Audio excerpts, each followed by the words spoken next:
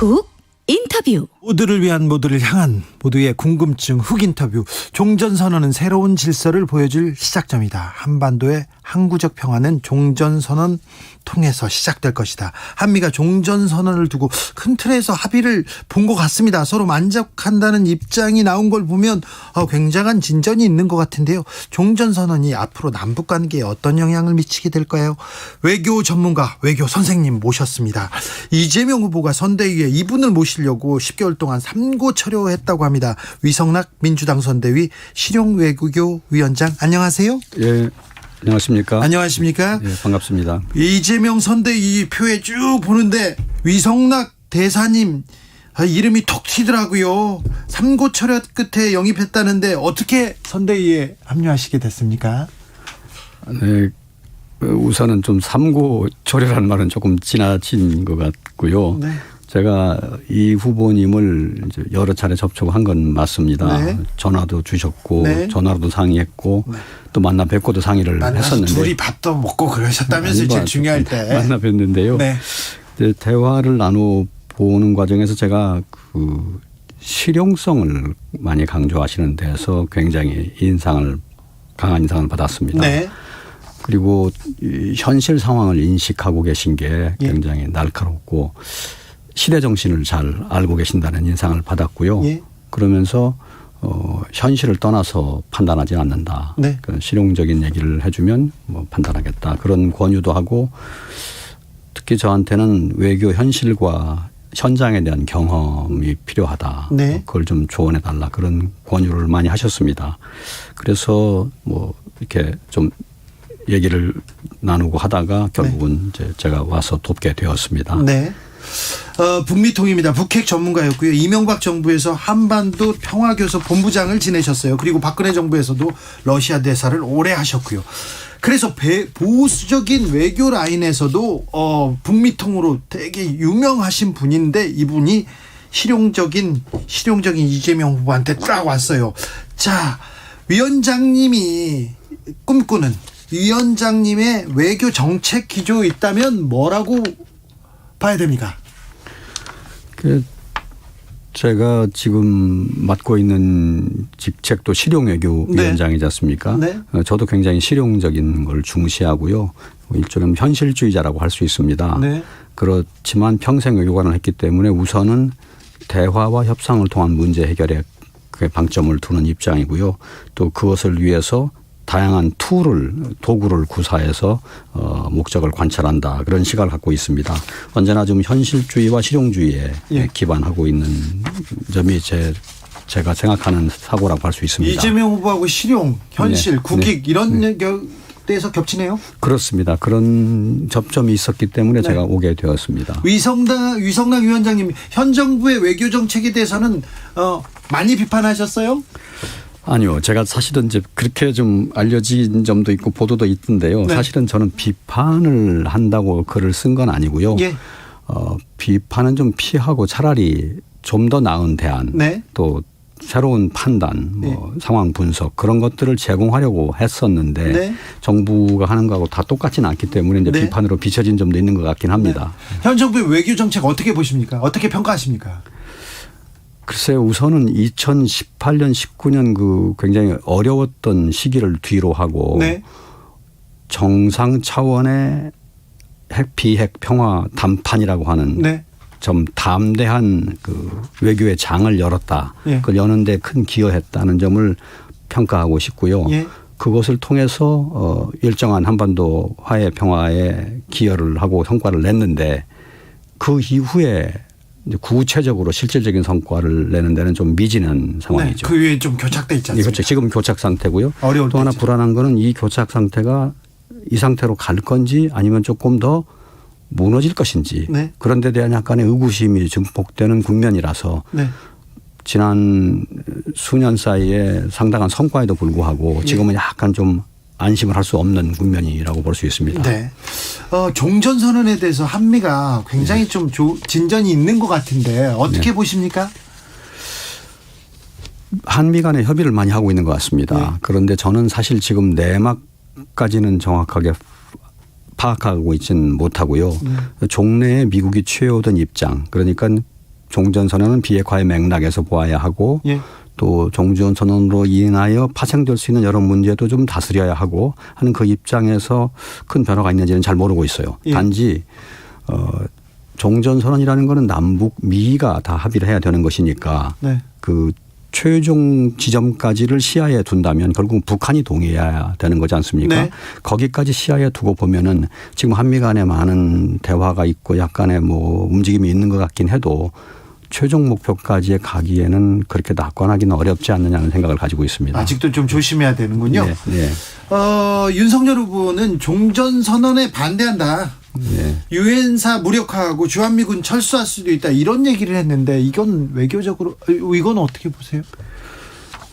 종전선언에 대해서 그렇게 처음부터 끝까지 이렇게 부정적으로 볼 필요는 없다는 생각입니다. 예. 종전선언은 잘하면 네. 비핵화와 평화 과정에 단초를 열 수 있는 좋은 촉매가 될 수 있습니다. 예. 물론 조심해야 될 점이 아까 말씀드린 것처럼 좀 있지만 네. 조심해야 될 점을 다스리면서 가면 되고요. 예. 한미 간에 좋은 협의를 하고 그걸 기초로 북한을 설득하면은 비핵화와 평화 과정의 입구로서 뭐 촉매 역할을 할 수는 있습니다. 네. 그러나 부수되는 문제는 잘 다스려야 합니다. 아마 윤석열 후보께서는 그 부수되는 문제 쪽에 좀 많이 이렇게 경도되어서 네. 부정적인 판단을 하는 것 같지만 저는 일단 긍정적으로 시작하지만 조심해서 가면은 유의미한 결과를 낼 수 있다고 생각합니다. 종전선언과 주한미군 철수가 이게 맞물린 문제입니까? 하기에 따라서는 꼭 그렇지는 않습니다. 그런데 잘못 핸들링하면 북한이 그렇게 이용할 수는 있겠으나 그럴 여지를 이제 미연에 방지하는 어떤 차단 장치들을 마련하면서 협의할 수 있다고 생각합니다. 네, 충분히요. 현 정부가 북한에 너무 저자세다, 주종 관계로 전락했다 이러면서 비판을 하는데요. 야당 쪽에서 좀 대화 협력 기조에서 변화가 필요합니까? 뭐 저는 꼭 주종 관계라고는 좀 지나친 좀 이분법적인 네. 시각이 아닌가 싶고요. 어차피 협상이니까 다양한 툴을 사용해서 대화도 하고 네. 또 설득도 하고 또 인센티브도 주고 네. 그러나 또 어느 필요할 때는 디스인센티브도 줘야 한다고 생각합니다. 그런 예. 다양한 툴을 동원해야 한다고 생각합니다. 그만큼 북한과의 대화는 또 협상은 복합적인 거라고 생각합니다. 네. 북한이 핵 미사일을 갖게 된 원인이 복합적이기 때문에 네. 그것을 대처하는 우리의 대응도 복합적이어야 하지 예. 좀 단순 명료하게 네. 대처하는 것은 좀 동의하진 않습니다. 그거는 언뜻 보면은 논리적으로 클리어하게 보이지만 네.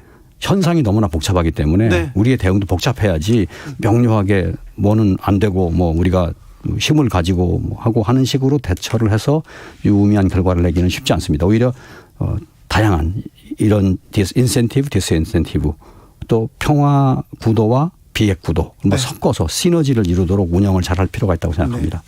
미국도 설득해야 되는데 또 일본이 회방 놓고요. 또 중국도 눈치 봐야 되고 참 한국 외교는 쉽지 않죠. 네, 그런데요. 이제 첫째로는 미국하고의 조율이 제일 중요하고 예. 거기에 지금 정부도 많은 힘을 쏟고 있는데요. 그거는 계속 계승해서 발전시켜야 될 부분이고요. 일본 말씀을 마침 하셨으니까 제가 좀 보태고 싶은 의지가 생겨나는데요. 일본하고 관계가 지금 아주 나빠져 있지 않습니까? 네. 뭐 이 경위에 어떻든 간에 결과론적으로 지금 국교 정상화 이후에 최저점에 온 정도입니다. 네. 정상회담도 안 되고 네. 그런데 저는 이 상태를 이대로 가져가는 것은 한국, 일본 모두에게 좋지 않다고 생각합니다. 네. 그래서 앞으로 어떻게든 관계 개선을 기해하고 기할 방도를 다각도로 모색해야 된다고 해서 저도 많이 고심하고 있고 네. 또 많은 내부 협의도 하고 있습니다. 아, 네. 고민을 하고 좀 있군요. 기대를 가져주시기 바랍니다. 관계 개선을 해야 합니다. 네, 오늘 한일 외교차관, 한미일 외교차관 모이기로 했는데 일본 측 항의로 무산됐고요. 네. 그리고 네. 이재명 후보는 대일 강경파다 이렇게 하면서 우려하는 사람들도 있는데 여기에 대한 보관이 있으십니까? 여러 방안을 연구하고 있는데요. 네. 이재명 후보께서 대일 강경파라는 것 또한 저는 좀 단순한 이분법적인 그런 일종의 매도라고 생각합니다. 예. 역시 제가 대화를 해보면 그 이슈에 대해서도 다른 이슈와 마찬가지로 굉장히 실용적인 분이시고 네. 현실적인 판단을 하십니다. 네. 지금 한국이 일본과의 관계를 이 정도로 악화시켜 가지고 네. 아태 지역에서 운신하기는 제약이 있고 한반도 문제를 풀어가는 데 제약이 있고 네. 또 우리 주변에 새롭게 부각하는 이슈들 있지 않습니까? 네. 신안보 이슈, 네. 신경제 이슈, 네. 또 새로운 기술 패권 문제 그런 것들 말하자면 새롭게 대두되는 신질서에 원만히 대응하려면 한일 관계는 좋아야 합니다. 그렇죠. 네. 근데 과거사 문제가 해결되지 않으면 또 앞으로 못 나가고 이 부분 어찌 개선할 수 있을까요? 뛰어넘을 수 있을까요? 아주 어렵죠. 이게 뭐 단순한 해법을 제가 이 자리에서 말씀드리기는 어려운데요. 네. 과거사 문제를 일정 수준 봉합을 하고 네. 또 미래로 갈 길은 가야 하니까 네. 그 길을 찾을 수 있다고 생각합니다. 네. 그래서 가급적이면 초당적으로 국민적 지지를 모으는 방법을 강구해서 네. 국민적 지지하에 또 야당과의 지지하에 네. 한일 관계를 풀어나가야 되지 않느냐 생각합니다. 종전선언 이후에 그 남북 정상회담이 가능할까요? 베이징 동계올림픽 때 이 조금 여지가 있지 않을까 이렇게 기대하는 사람들도 있는데 어떻게 보십니까? 정부로서도 그런 가능성을 배제하지 않고 노력을 하는 것 같습니다. 네. 되면은 좋을 터이지만 여건이 그렇게 썩 좋아 보이지는 않습니다. 많은 부분이 북한에 달려 있는데 네. 북한의 자세가 그렇게 전향적이지는 아직은 않는데요. 시간이 네. 있으니까 좀 두고 보시죠. 근데 네. 베이징까지 또 베이징 올림픽에 대한 여러 가지 또 다른 부정적인 여론들도 있지 않습니까? 네. 뭐 미국발로도 여러 가지 견해들이 있기 때문에 그렇게 안심하지는 못하고 있습니다. 네. 예. 이재명 후보가 미국, 중국 이렇게 당국자들 만났지 않습니까? 네. 네. 미국, 중국에서는 이재명 후보를 어떻게 봅니까? 저는 그 자리에 내내 배석했고 또 사전에 브리핑도 드렸고 자료도 만들어 올려드렸고 했는데요. 한마디로 미국, 중국 분들이 이재명 후보를 만나고 돌아갈 때 여러 가지 바디 랭귀지나 인상이나 하는 것들은 굉장히 긍정적인 거였습니다. 그래요? 아주 좋은 인상을 받았다고 분명하게 말씀드릴 수 있습니다. 네. 왜냐하면 미국에 대해서는 두 차례 면담을 하지 않았습니까? 네. 시종 이재명 후보께서 하신 말씀의 주조가 네. 우리가 식민지로부터 민주화도 되고 네. 경제 발전도 해서 G7의 반열에 올라가는 선진국이 되었는데 그런 나라는 세계에서 유일한데 네. 그 과정에서 미국으로부터 받았던 여러 가지 정치적, 군사적, 경제적 도움이나 지원들을 높이 평가하고 감사한다. 그런데 네. 이 동맹 관계를 더 발전시켜서 글로벌 코리아로 나가는데 협력하자. 그렇게 된 거고요. 예. 내내 그 주제를 중심으로 양자 관계, 지역 문제 등을 협의해 나갔습니다. 그래서 네. 굉장히 좋은 인상을 받아서 나중에 미국 분이 일어서면서 오늘 정말로 훌륭하고 생산적인 대화를 가졌다고 고맙다. 그렇게 반응을 보인 바 있습니다. 아, 그래요? 그런데 언론에서는 네. 뭐 존 오소프 상원의원에게 가스라테프트 협약에 언급해가지고 외교적 결례다 이렇게만 보도되던데요. 아니요. 그 외교 결례라는 말도 이제 좀 지나치게 단편적인 규정인데요. 네. 그 부분은 동맹 관계의 중요성 또 한미 관계의 미래 등에서 쭉 말씀을 하시고 또 무슨 말씀도 하셨냐면은 지난 5월 21일 날 만들어졌던 문재인 대통령과 바이든 대통령 간의 정상 성명 있지 않습니까? 그게 아주 긴 성명인데 네. 아주 좋은 내용의 현재와 미래에 대한 블루프린트가 다 들어 있습니다. 예. 근데 그게 아주 좋은 거다. 그걸 그대로 이행을 하면 되겠다. 그럼 이행을 하겠노라. 그런 취지로 말씀하셔서 분위기가 좋았는데 이 오수업 상원 의원이 한국의 과거 식민지 역사라든가 또 거기로부터 고통을 겪었던 제1동포 2세 3세들의 이야기에 대해서 관심이 있고 네. 그 역사를 좀 아신다는 얘기를 후보께서 인지하고 계셨어요. 사전에. 예, 사전에. 그래서 그 말씀을 꺼내면서 이렇게 네. 그런 관심도 갖고 계시다 하니까 역사 얘기를 잠깐 지나가는 것처럼 언급한 건데 네. 그 부분이 너무나 과도하게 부각되어서 언론에서, 네. 뭐 본령을 조금 가린달까 하는 그런 점이 있었습니다. 네. 우리나라는 전통적으로 한미 동맹 매우 중시해 왔습니다. 중요하고요. 네. 그런데 미국만 또 볼 수가 없는 것이 네. 또 중국도 있고요. 얼마 네. 전에 미중 정상회담 보면서 네. 어떤 생각 드셨습니까? 한미 관계는 어떻게 해야 되고 한중 관계는 어떻게 해야 되는지 또 네. 생각이 많으셨을 것 같아요. 네네. 사실 지금 우리가 당면한 큰 이슈들을 들자면 우선 북한의 핵미사일 문제가 네. 있을 거고 그다음에 이제 미중 경쟁 대립 속에서 한국이 어떻게 살아가야 되느냐 있을 겁니다. 예. 근데 저는 사실은 제가 오랫동안 핵 문제를 다뤄온 처지지만 네. 핵 문제보다 차라리 미중 대립에서 어떻게 살아가느냐가 더 우리한테는 화급한 문제라고 생각합니다. 예. 핵 문제는 우리 몸 안에 있는 좀 어떤 고질병 내지는 암과 같은 문제죠. 못 네. 고치면 우리가 결국은 이제 잘못되게 되지만 네.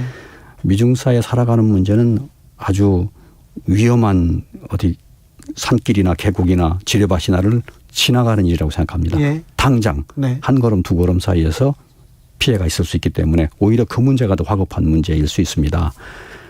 근데 지금 현재는 양측이 워낙 대립을 하기 때문에 이제 우리들의 운신 공간이 좁은데 우리는 미국의 동맹이면서 중국에는 전략적 파트너고 네. 인접한 나라고 경제 관계가 깊은 나라죠. 양쪽 사이에서 잘 운신을 해야 합니다. 그래서 제 생각에는 우리가 지향해야 될 어떤 그 방향성 같은 네. 것을 잘 정립을 해서 일관되게 예측 가능하게 원칙 있게 나아가는 길을 해야 된다고 생각을 합니다. 지난번에 중국 대사 만났을 적에도 이재명 후보께서 그런 입장 하에서 전략적 동반자 관계를 한중간에 잘 발전시켜 나가고 수교 30주년을 맞이해서 지난 30년 못지않게 향후 30년을 발전시켜 나가자는 얘기를 했고요. 현안이 생겨가면 그때마다 해결하면 된다. 네. 그래서 예컨대 요소수 문제에 대해서 예를 들었습니다. 중국 대사도 더 열심히 협조를 하겠노라 했고 또 이재명 후보께서는 반중 감정을 얘기하면서 중국 어선에 불법 오로 또 단속 불응, 단속 저항 이런 얘기들을 있는 그대로 얘기하셨어요. 네. 그런 거는 좀 이제 고쳐가야지만 관계 발전에 도움이 된다. 그러니까 하실 말씀이 있으면 또 하시고 네. 또 협조하시고 그런 아주 실용적인 관점을 가지고 계셨다는 것을 소개합니다. 네. 대사님. 예. 대사님 그 외교관 생활을 오래 하셨죠. 언제부터 외교관 하셨어요? 79년부터 네. 해서 36년 정도 했습니다. 그렇습니다. 예. 79년도에 처음에 부임한 데가 어디입니까? 저는 맨 처음에는 킹스턴 저메이카에서 네. 아프리카에서 시작하셨군요. 예, 아니요. 거기 아니. 중미입니다. 중미. 네. 자메이카. 네. 예, 거기에서 뭐 조그만 곳입니다. 네. 그런데 거기서 첫 3년 좀 넘게 근무했죠. 70년대 예. 70년대 외교관과 그리고 지금 네. 한국의 국격이 많이 좀 어떻습니까? 그때와 지금. 천양지차죠. 천양지차죠. 그때는 한국의 위상이 지금하고 비교할 수 없을 정도였는데 네. 지금은 이제 G7의 반열에 서지 않습니까? G7에 초청이 네. 되고요. 또 그냥 나라 규모로 치면 한 10번째쯤 네. 되는 나라죠. 외국에서도 선진국 반열에 선진국 취급을 해줍니까? 그렇게 하죠. 그런데 네. 외교를 하는 역량이 아직 저는 세계 10위권에 있다고 생각하지는 않습니다. 네. 그래서 저는 우리가 앞으로 차기 정부가 해야 될 외교가 G7, G10에 걸맞은 네. 선진 외교여야 하고 예. 그 선진 외교의 내용은 한국이 지난 70년간 피땀 흘려 이룬 민주화와 경제 발전을 그대로 반영한 정체성 있는 외교가 돼야 된다. 네. 그래서 그 길을 하려면 선진 외교를 하려면 외교 전반에 대한 개혁도 수반이 돼야 된다. 네. 그런 문제의식을 가지고 있습니다. 네. 그래서 그런 조언도 내부에서 하고 있습니다. 아, 그렇습니까? 예. 대사님, 그런데 외교관들은요, 예. 왜 이렇게 국민의힘 쪽에 이렇게 가는 분들이 많습니까? 왜 이렇게 보수적입니까? 아니 뭐 정치적인 관점에 대해서는 다 자유로운 네. 자유니까 네. 뭐 그럴 수 있죠. 네. 글쎄요, 잘 모르겠습니다. 근데 외교라는 사안 자체가 조금 더 이렇게 조심스러운 일이고 나라를 대표해서 하는 또 나라를 대표해서 큰 일을 다뤄야 되기 때문에 좀 신중하고 조심스러워서 조금 기존의 사고를 따라서 사고하게 되는 관성이 있는지 모르겠습니다. 네. 그렇게 되면 조금 보수가 될 수도 있으나 네. 그러나 정책적 창의성은 저는 좀 진보적인 관점에서 나온다고 생각합니다. 그래요? 전략적으로 전술적으로 사안을 보려면 조금 진보 개혁적으로 보는 것이 더 유리하다는 생각을 저는 개인적으로 갖고 있고 저는 그렇게 실험하고 있습니다. 알겠습니다. 보수적인 외교 라인에서도 거의 수장급으로 꼽히는 분인데 민주당 이재명 후보를 선택했어요. 네. 그래서 외교가에서도 큰 논란이 됐습니다. 저는 그렇게 썩 보수적인 사람은 아닙니다. 저는 제가 경제, 사회 뭐 이런 정치 관점은 진보 성향이고 네. 외교에 대해서는 제가 정치, 사회, 경제 문제를 보는 관점보다는 약간 덜 진보적입니다. 왜냐하면 그렇습니까? 외교 사안 자체가 네. 그런 분단된 나라, 사강에 둘러싸인 나라의 외교라는 것이 네. 현실주의를 갈 수밖에 없기 때문에 조금 더 제가 신중하게 대처를 하다 보니까 그렇게 비친 것 같습니다. 알겠습니다. 이재명 선대위에서 가장 도드라지는 인물이었습니다. 민주당 선대위 실용외교위원장 위성락 위원장이었습니다. 말씀 감사합니다. 네, 감사합니다. 네. 정치 피로, 사건 사고로 인한 피로, 고달픈 일상에서 오는 피로. 오늘 시사하셨습니까?